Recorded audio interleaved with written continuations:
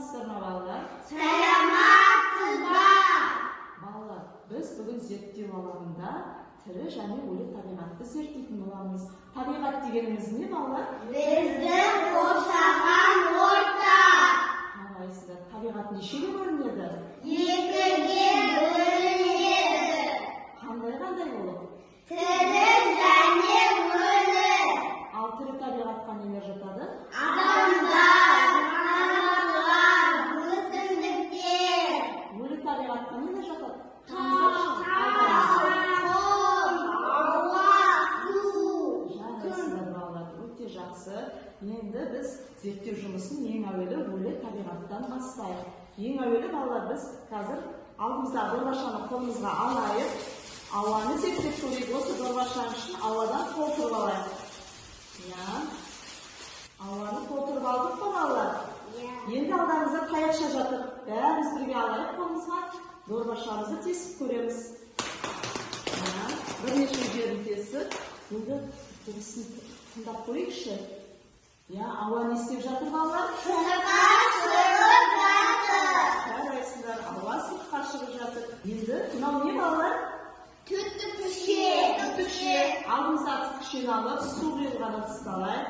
Бәріміз бірге түтікшемен үрлеп көреміз. Балалар, не байқадыңдар? Көпіршік байқадыңдар. Демек, біз бұл жерде балалар ауаның суда жеңіл екенін байқадық. Жарайсыңдар. Енді алдымыздағы балалар қолымызға тас ұстайық. Тастың пішіні қандай? Енді қолымызбен балалар үлкейткіш құралымызбен түгелдей тасты зерттеп қарайық. Алыстан қараймыз. Не байқап тұрсыңдар? Тас қандай? Тесіктері бар, сызықтары бар. Әртүрлі пішіндері бар.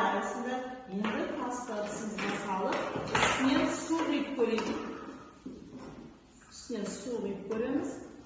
Су не істеді? Тастың үстіне тұрып қалды ма? Жоқ, ағып кетті. Ағып кетеді екен. Жарайсыздар балалар. Мынау не балалар? Құм. Қане барлығымыз құм зерттеп көрейік. Құмды қолымызбен ұстаймыз. Құм қатты ма, жұмсақ па? Жұмсақ. Құмның үстіне су құйып көрейік. Су құямыз. Ал енді не байқадыңыздар? Құм бұл жерде суды өзінің бойына сіңіріп алды. Бәріміз байқадық. Жарайсыңдар балалар, біз қазір өлі табиғаттарды зерттеп көрдік. Өсімдікті қазір зерттеп, құрылысын зерттеп көрейік.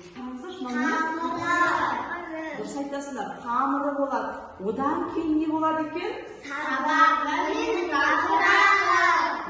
Сабағы мен жапырағы болады екен. Және біз оны күтіп, гүлімізді күтіп баптасақ, су құйсақ, оның өнімі қандай болмақ екен? Гүл болып өсіп шығады екен. Бұл өсімдіктің ыдысы қандай? Кішкентай.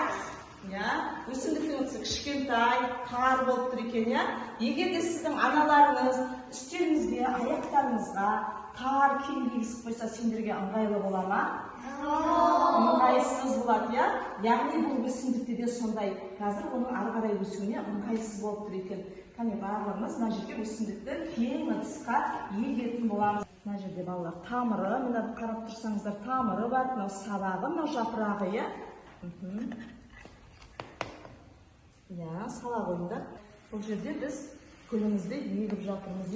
Енді ол ары қарай жайқалып, әсем болып, әдемі болып өсу үшін біз оған не құямыз балалар? Су құямыз. Алдиярмен гүлін су құя қойыңдар. Гүлге су құя қойыңдар. Құя ғой гүлім. Жарайсыңдар балалар.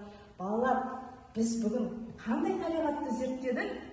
Тірі және өлі. Тамаша, біз бүгін тірі және өлі табиғатты зерттедік. Яғни гүліміз енді біздің кең ыдысқа отырды. Тар ыдысқа, кең ыдысқа отырып, ары қарай біз оны күтіп баптайтын боламыз. Ол ары қарай әдемі болып өседі екен. Жарайсыңдар балалар. Рахмет, сендерге зерттеу жұмысы ұнады ма? Ja! Жарайсыңдар, рахмет.